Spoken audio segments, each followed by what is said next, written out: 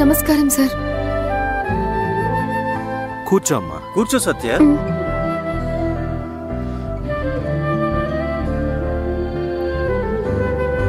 సత్య అంటే నువ్వే కదా? నీ పేరు వినగానే నాకు గుర్తొచ్చింది, బియ్యపిండి. బావున్నావమ్మా? రేయ్, ఇంకా అది గుర్తుందా?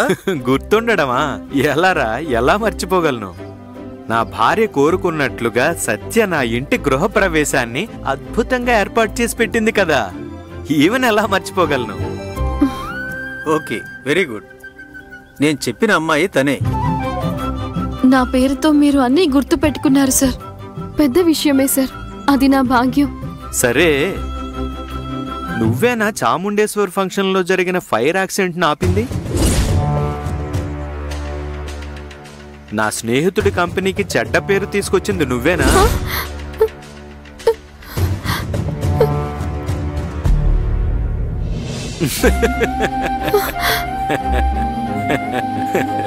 నువ్వెందుకు అలా చేసావనేది నల్ల నాకు చెప్పాడమ్మా. Relax relax.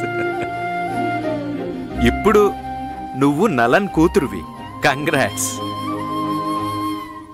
అదే విధంగా అభిదేవిల లవ్ స్టోరీ, దేవిని చాముండేశ్వరి పెట్టిన హింసలు, నువ్వు మీ అక్క జీవితాన్ని నిలబెట్టడం కోసం చేసిన పోరాటం అన్నీ నాతో చెప్పాడమ్మా.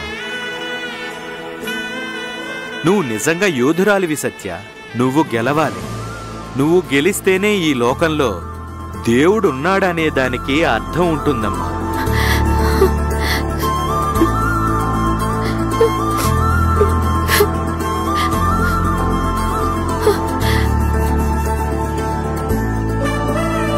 నువ్వు కూడా నా కూతురు లాంటి దానివేనమ్మా.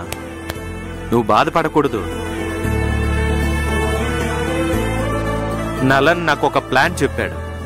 వీడు నా ప్రాణ స్నేహితుడు మాత్రమే కాదు, అంతకంటే ఎక్కువ అమ్మా నాకు. వీడు అంత గొప్ప మిత్రుడు. వీడి గురించి ఏం చెప్తాం? అమ్మా, నలన్ నాకు ఎంత చేశాడనేది ఒక లిస్టు రాయలేనమ్మా. ఎందుకంటే అంతసేపు రాయడానికి నాకు ఒంట్లో శక్తి సరిపోదు. చాలురా, చాలు. చాలదురా బుజ్జమ్మ. నేను చాలా వ్యాపారాలు చేస్తున్నాను. ఈ బిజినెస్ అనేది ఒక రంగుల రాట్నం లాంటిది. అలాగే పైకి తీసుకెళ్లిపోయి ప్రపంచం మొత్తాన్ని చూపిస్తుంది. అలానే తల తిరిగే విధంగా సర్రున పాతాళానికి తొక్కేస్తుంది. అప్పుడు నాకు బిజినెస్ కి చాలా డబ్బులు అవసరమయ్యేవి. 5 కోట్లు, 10 కోట్లు, 40, 50 కోట్లు కూడా అవసరమయ్యేవి. వీడు ఎందుకు ఏంటని అడగకుండా ఇచ్చేసేవాడు. మేమెప్పుడు లెక్కలు వేసుకోలేదమ్మా. మాట, నోటి మాట మాత్రమే. వీడొక మాట ఇచ్చాడంటే అది మారనే మారదు. అగ్రిమెంటు, డాక్యుమెంటు ఇవన్నీ మనసు లేని మనుషులకి, ప్రేమలున్న మనుషులకి అవి అవసరం లేదమ్మా. గోవింద్, నువ్వెక్కువ ఎమోషనల్ అవ్వకురా. డబ్బు చూసి పుట్టలేదమ్మా మా స్నేహం, మనసు చూసి పుట్టింది. సరే, అది వదిలేసే.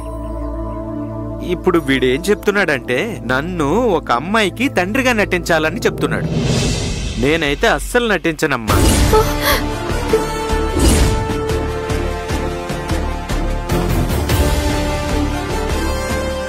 రేయ్, ఎందుకురా నేను నటించాలి?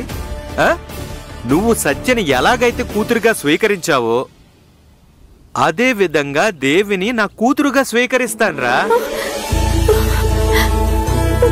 నాకు అసలు వారసులే లేరు. ఇక మీదట తనే నా వారసురాలు.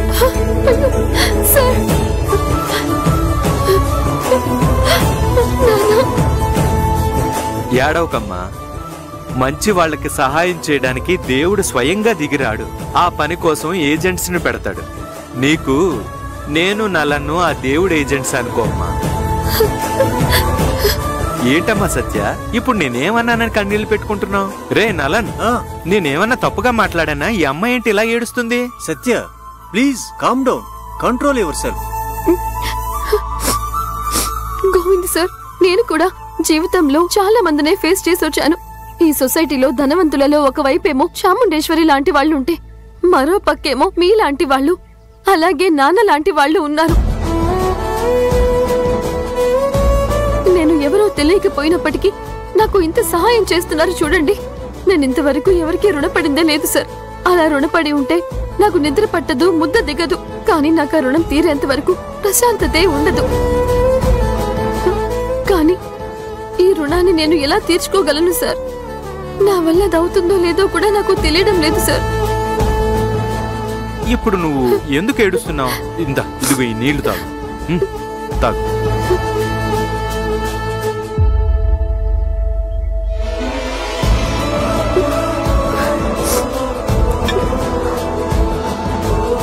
ఇలా చూడమ్మా, నువ్వు మమ్మల్ని చూసి ఆశ్చర్యపోతున్నావు, కానీ నిజంగా మేము నిన్ను చూసి ఆశ్చర్యపోతున్నావమ్మా. నీదెంత చిన్న వయసు, ప్రపంచ అనుభవం లేదు. మీ అక్కకి ఎంత పెద్ద అన్యాయం జరిగింది, ఆమె జీవితాన్ని నిలబెట్టడం కోసం నువ్వు పడే పాట్లు నలన్ చెప్పాడమ్మా. నలన్ నాతో చెప్పినప్పుడు నేను అసలు తట్టుకోలేకపోయానమ్మా. ఇలా నీ కన్నీటి గాథ విన్న తర్వాత నేనేమీ చేయకుండా సైలెంట్గా ఉంటే నేను మనిషినా అమ్మా? సరే, అది వదిలే. మీ అక్క ఆమె పేరు దేవిప్రియ. దేవిప్రియకి నేను తండ్రిగా ఉంటానమ్మా.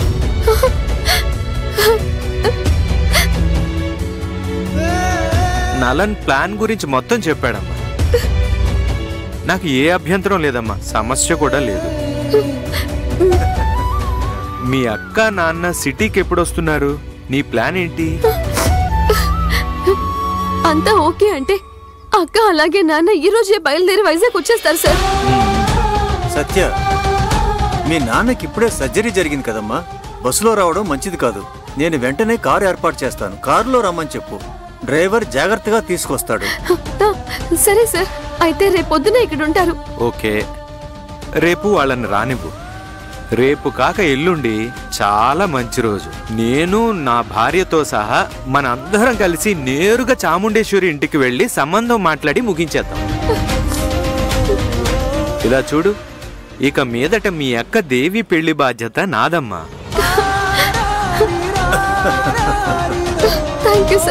అరే, ఈ వయసులో ఈ బంధం దొరికినందుకు సంతోషపడుతున్నానమ్మా నేను. నువ్వెందుకమ్మా ఏడుస్తున్నావు?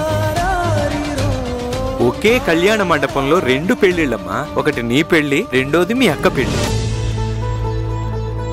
నేను నలను దగ్గరుండి చేసి చూపిస్తామమ్మా. ఏంట్రా? నువ్వే చెప్పావు కదా.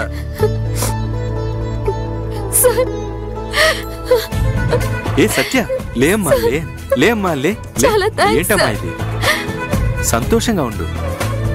ఇలా చూడు, మాకు పిల్లలు లేరని ఎప్పుడూ నేను నా భార్య ఫీల్ అవుతూ ఉండేవాళ్ళం. ఇది ఆ దేవుడు మాపై చూపించిన కరుణమ్మా. ఎలాంటి అవకాశం ఇచ్చాడో చూసావా? ఇందుకు నువ్వు నాకు థ్యాంక్స్ చెప్పకూడదమ్మా, నేనే నీకు థ్యాంక్స్ చెప్పాలి. నాన్న, నేను ఎలా రుణం తీర్చుకోగలను? నువ్వు అంతగా దాని గురించి ఆలోచించకమ్మా. ఇలా చూడు, ఒక విషయం తెలుసుకో. ఈ లోకంలో చాలా మంచి వాళ్ళంటూ ఎవరు ఉండరమ్మా. అందరికీ ఏదో ఒక లెక్క ఉంటుంది. నీకు తెలియదమ్మా, నాకు చాముండేశ్వరికి మధ్యలో కొన్ని లెక్కలు సెటిల్ చేయాల్సి ఉంది. ఆ విషయం ఆమెకి గుర్తులేదు. ఎందుకంటే ఆమె బాధ పెట్టిన మనిషి, నేను బాధపడిన వ్యక్తిని. అర్థం కాలేదు నాన్న. ఇప్పుడు అక్కర్లేదు, పోను పోను నీకే అర్థమవుతుంది. అవునమ్మా. రే, నువ్వు రారా, మనం పెళ్లి పనులు మొదలు పెట్టాలి.